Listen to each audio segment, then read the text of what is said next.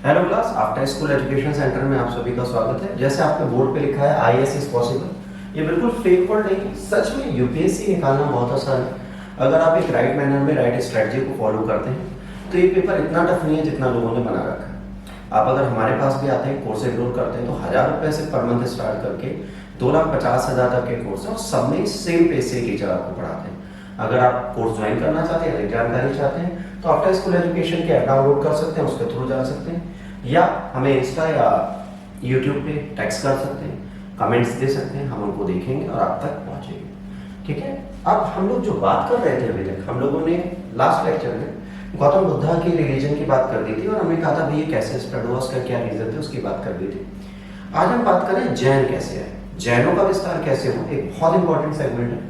जैन के भी आने का एक सबसे इंपॉर्टेंट कारण वही था, ब्राह्मणिकल अप्रोच जो चल रहा था उसको बदलने का प्रयास करना था। तो इन्होंने क्या किया बच्चों, इन्होंने क्या किया, इन्होंने और जो हेटेरोडॉक्स सेक्ट्स थे उनको बदलने की पूरी कोशिश की और इसको राइट डायरेक्शन में ले जाने के लिए उन्होंने सारे एफर्ट्स लगाए। अगर आप ध्यान से देखेंगे तो इन्होंने क्या किया, इनके राइज होने का कारण क्या था, वर्ण सोसाइटी जो थी, क्षत्रिय जो थे, उन्होंने स्ट्रांगली रिएक्ट किया। किसके अगेंस्ट बेटा रिएक्ट किया, इन्होंने कहा कि जो भी रिचुअलिस्टिक आइडियोलॉजीज हैं वो बहुत खराब है। महावीर और बुद्ध दोनों क्षत्रिय थे तो इनके अगेंस्ट खड़े थे और इन्होंने एक पूरा का पूरा धर्म आपके लिए तैयार कर दिया। इसके बाद अगर जाते हैं न्यू एग्रीकल्चर पॉलिसी आई, जब लोहा हमें पहचान में आ गया तो हमारे पास बैलों की जरूरत थी। भाई लोहे जो होते हैं वो क्या करेगा, जो हल होता है हल के नीचे जो फलक लगा होता है, ठीक है, उसमें बहुत ज्यादा यूज होता है।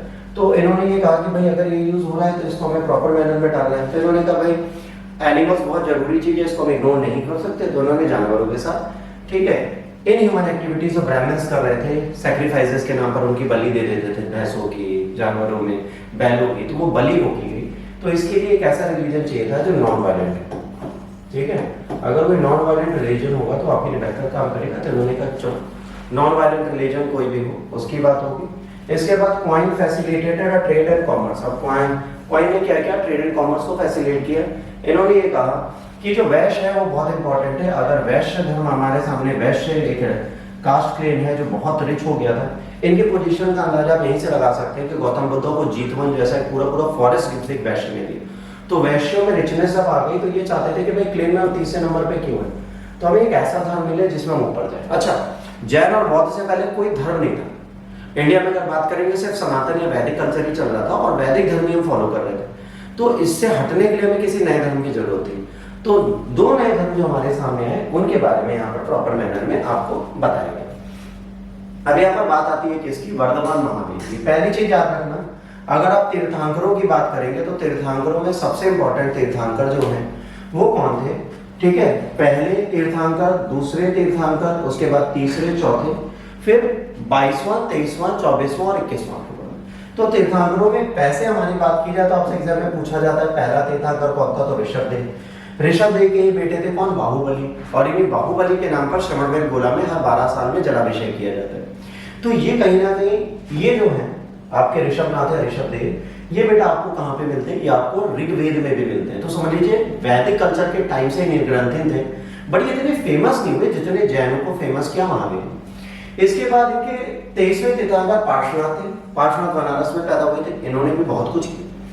बट पार्श्वनाथ के जाने के बाद जब महावीर आए 24वें तीर्थंकर बन के, तो इन्होंने बहुत कुछ बदला और देश में बहुत ज्यादा समृद्धि लाने का प्रयास किया और एक नया धर्म ही पूरा उठा।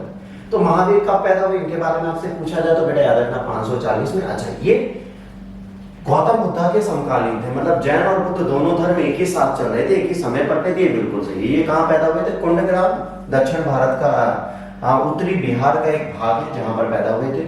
और जंत्रिका क्लेन था, ये एक निर्गंधनाथ पुत्र इन्हें बोला इसीलिए जाता था, ठीक है, इन्हें निर्गंधनाथ इसलिए बोला जाता है क्योंकि जंत्रिका क्लेन वंश में पैदा हुए व्यक्ति थे।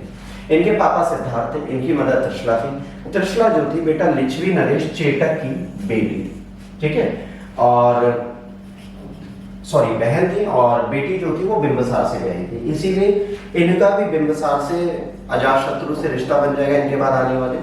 तो जैन हो या बुद्ध हो, दोनों से इनके संबंध अच्छे बने हुए। इसके बाद इन्होंने 30 वर्ष की अवस्था में घर छोड़ा। 29 वर्ष में बुद्ध ने छोड़ा था, महावीर निष्क्रमण बोला गया।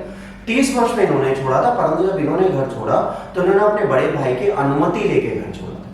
ये ऐसे उठ के नहीं चले गए थे, प्रॉपर मैनर में अनुमति ली थी तब इन्होंने घर छोड़ा था। और इसके बाद जब ये गए तो इन्होंने कैवेलिन प्राप्त किया कुछ समय के पश्चात, और इनके फॉलोअर्स को क्या बोला गया, जैन बोला गया। ठीक, इनके पहले के फॉलोअर निर्ग्रंथि हुआ करते थे जो पार्श्वनाथ के फॉलोअर थे। तो इनके माता पिता भी पार्श्वनाथ के फॉलोअर थे। पार्श्वनाथ 250 साल पहले थे महावीर के। 72 साल की अवस्था में 468 बीसी में ये पावापुरी जो आधुनिक राजगीर में पाया जाता है वहां पर इनका निधन हो जाता है या इन्हें कैवेलिन प्राप्त हो जाता है। इन्होंने भी बेटा 5 डॉक्ट्राइन दी। पहला कि आप अहिंसा, उसके बाद सत्य, अस्तेय, अपरिग्रह, ब्रह्मचर्य। इसमें से जो ब्रह्मचर्य ये इन्होंने जोड़ा, बाकी सारे पार्श्वनाथ के पहले से बनाए हुए थे। 5वां इन्होंने जोड़ा और इन्होंने कहा ये सारे अनुव्रती जो होते हैं, जो है ना, जो आपको सिर्फ फॉलो करते हैं, वर्शिप करते हैं, उनके लिए 5 महाव्रत, ठीक है, फॉलो आपको करने, बहुत ज्यादा नहीं करना। जब पार्श्वनाथ ने कहा भाई ऊपर नीचे कपड़े पहनो, महावीर ने कहा सारे कपड़े उतार दो और अब निर्वस्त्र रहो। इसके बाद जैन जो है वो कहते हैं कि भगवान होते हैं, पर भगवान जैनों से नीचे होते हैं। और वर्णा सिस्टम को इन्होंने बुद्धिस्ट की तरह इतना ज्यादा कंडेम नहीं किया। इन्होंने कहा जो इंसान पैदा हुआ है जिस धर्म में और जिस जाति व्यवस्था में, उस जाति व्यवस्था को वह ऐसे नहीं तोड़ सकता। इस जाति व्यवस्था को छोड़ने के लिए उसे आज अपने लीड अच्छे करने पड़ेंगे कि आने वाले जन्म में उसका अच्छे कास्ट में बर्थ हो।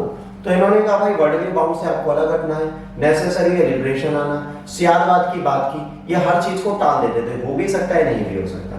इनके त्रिरत्न हैं, right faith, right action, right knowledge.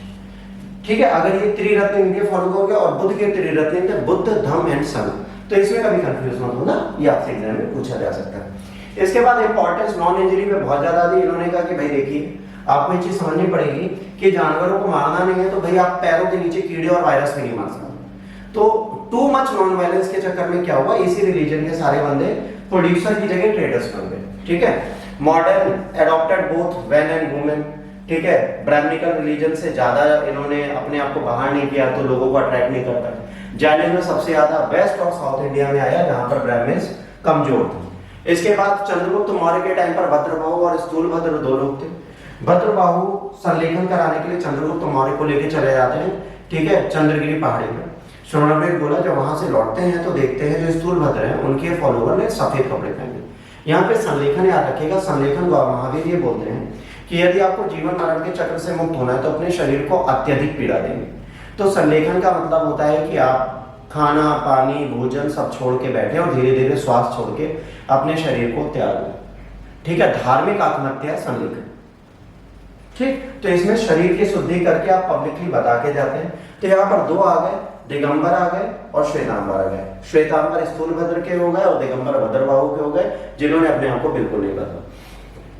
Epigraphic evidence मिलते हैं कि जैनिज्म जो था 3री शताब्दी में कर्नाटक में मिलता है। यहाँ पर जैन मोनेस्टिक थी। ठीक है, उड़ीसा में 4वीं शताब्दी में मिलता है। कलिंग के राजा खारवेल जो थे हाथी गुफा इंस्क्रिप्शन से मिलता है कि मगध से जिनकी मतलब महावीर की स्टैचू उठा के ले आए थे। ठीक है, तमिलनाडु में भी ये रिलीजन पहुंचता है। अब इन्होंने क्या किया, जब यह वर्ण ऑर्डर इन सब पे ज्यादा बात नहीं की तो पीपुल की लैंग्वेज जो थी उसकी जगह इन्होंने प्राकृत को स्टार्ट किया। पाली प्राकृत दोनों लोगों की भाषा थी, तो इन्होंने प्राकृत में अपना ज्ञान दिया। दूसरी बुद्धिस्ट काउंसिल हुई, अर्धमगधी भाषा में वल्लभी प्रेसिडेंट थे। उस टाइम पर इन्होंने अर्धमगधी भाषा में अपनी पुस्तकों का संकलन किया। प्राकृत को लिया, धीरे धीरे प्राकृत को इन्होंने छोड़ दिया, है ना। प्राकृत से ही क्या हुई, मराठी ग्रो हुई। ठीक है, अपभ्रंश भाषा में, और फर्स्ट ग्रामर बुक है अपभ्रंश भाषा की, और कन्नड़ भी इसी से बनी। जो कन्नड़ भाषा जो आप देखते हैं वो प्राकृत के ही अपभ्रंश भाषा का एक नमूना है। इनिशियली ये इमेज को वर्शिप नहीं करते थे, पर धीरे धीरे 23वें और 24वें तीर्थंकर को इन्होंने वर्शिप करना स्टार्ट कर दिया। बहुत सारे आर्किटेक्चर इनके भी मिलते हैं जो बुद्ध के रिलीजन के बारे, महावीर के रिलीजन के बारे में आपको सारी चीजें बताते हैं। ठीक है, इनके फॉलोवर में मॉन्क होते हैं। ठीक है, यहाँ पे लेमैन होते हैं, यहाँ पर मॉडरेट है, इनका साल्वेशन बहुत ज्यादा हार्ड है। बुद्ध से देखें, ये इंडिया में मरे पर पूरी दुनिया में फैले, ये इंडिया में ही सर्वाइव कर रहा है। ठीक है, इसमें बहुत ज्यादा ओवर एम्फेसिस है, हिंसा भी दी गया, इसको लिबरेट पॉलिसी रखी गई है बुद्ध में। यहाँ पर सोल पे यकीन नहीं करते, आत्मा को मानते। ठीक, अब इसमें अजीवक आएंगे, ठीक है, अमोलिज्म आएगा, लोकयात आएगा और हिंदू वैश्विक स्कूल आएगा। तो स्कूल हम इन फ्यूचर डिटेल में बाद में पढ़ेंगे क्योंकि अभी हम जैन की बात कर रहे हैं। देखिए बच्चों, इस लेक्चर में इससे ज्यादा में कुछ नहीं करना, जैन रिलीजन का लेक्चर यही खत्म होता है। अगर आपको इस लेक्चर से कुछ सीखने को मिला और आप चाहते हैं कि आप आफ्टर स्कूल एजुकेशन में जुड़कर पढ़ाई करें तो आप इस QR कोड से हमारी ऐप को डाउनलोड कर सकते हैं। और हमारे कोर्स को इनरोल कर सकते हैं। अभी के लिए इतना ही। God bless you, take care, जय हिंद।